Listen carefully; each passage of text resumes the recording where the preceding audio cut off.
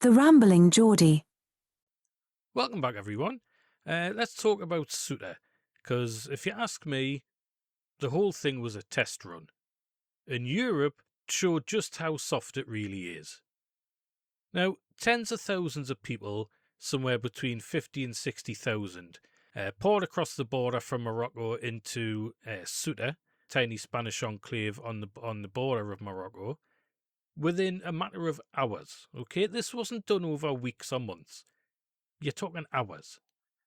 They came by land, they came by sea, they were swimming, climbing, overwhelming the fences and the breakwaters. Now look, Ceuta's only got about 85,000 residents. So imagine a town that size suddenly having its population nearly doubled overnight by people who weren't invited and certainly weren't wanted. The place went into chaos.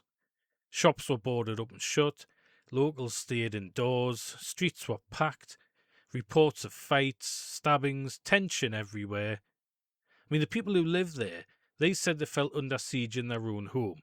And you can't blame them, can you?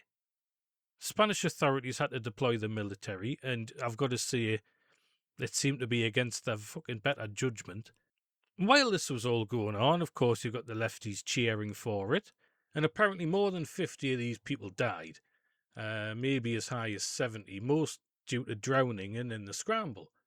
Now, without seeming heartless here, I've got to say, I'm pretty glad it's them and not the local residents who lived there. Then, almost as if someone had just turned the tap off, the majority of these people just vanished. Nearly 48,000 of them were back in Morocco within a day.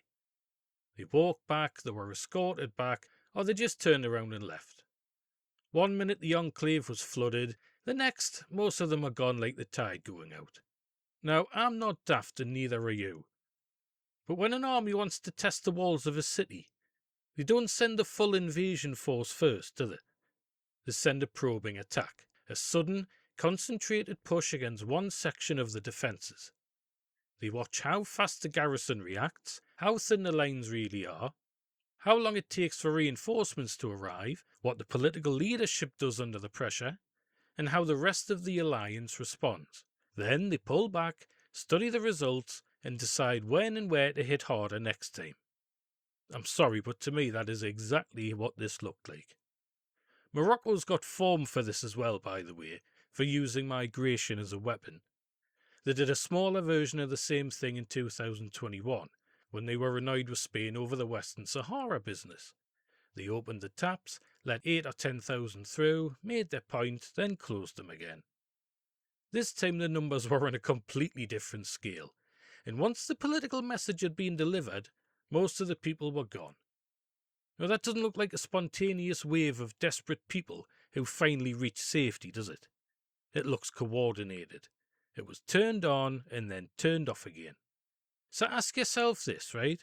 Was the objective really to settle tens of thousands of people in Ceuta permanently? Or was it to test how quickly the Spanish state folds, how the media frames it, how Brussels reacts, and how much chaos a single day of open borders can create in a European territory? Because if it was a test run, well, trust us, the next one won't be a test. It's going to be the real thing, aimed at a softer target or a bigger prize.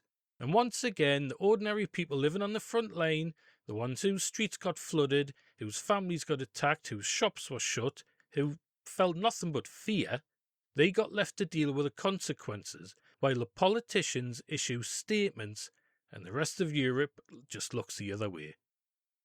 That's the game that's being played here. And if we keep pretending these mass crossings are just tragic accidents instead of deliberate pressure tactics, then we're going to keep getting surprised when the next probe turns into something far bigger. And I tell you what, we'd better start recognising it for what it really is. Don't be daft, man.